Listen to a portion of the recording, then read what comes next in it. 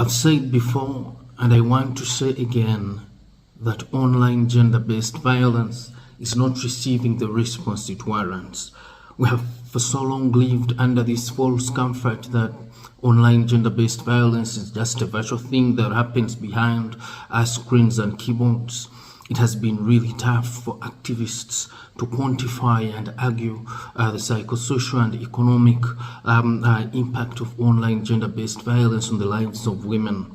But now that online gender-based violence is dangerously metamorphosing into physical harm and femicide, now that online gender-based violence is dangerously speeding beyond screens and keyboards and transforming into physical harm and death, then we cannot continue to look at it as just that virtual thing. Now is the time to step up and act. And the place to start is by institutionalizing response to online gender-based violence. We must put in place state entities that are responsible for tackling online gender-based violence. These could be independent or standalone entities, but these could also be special units of existing entities like human rights commissions or police forces. But we've got to institutionalize response to online gender-based violence and have these entities as converging points for multi-stakeholder efforts in response to online gender-based violence.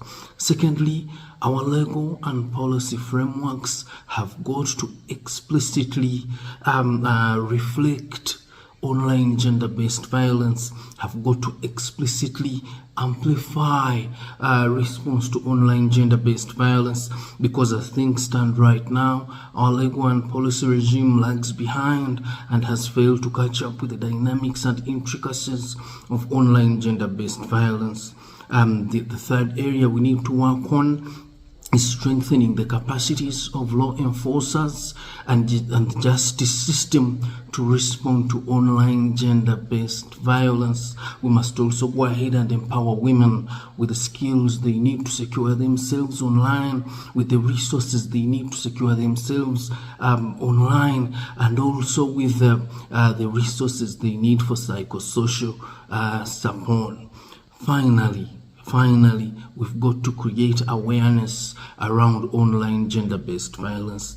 Make sure that the wider public understand how dangerous it is. Make sure that the wider public understand what effect online gender-based violence is having on the lives of women, and that way we have everyone involved in the fight against online gender-based violence. Otherwise, we can't continue to look at it as this virtual thing, because it is getting evidently very dangerous. Thank you so much.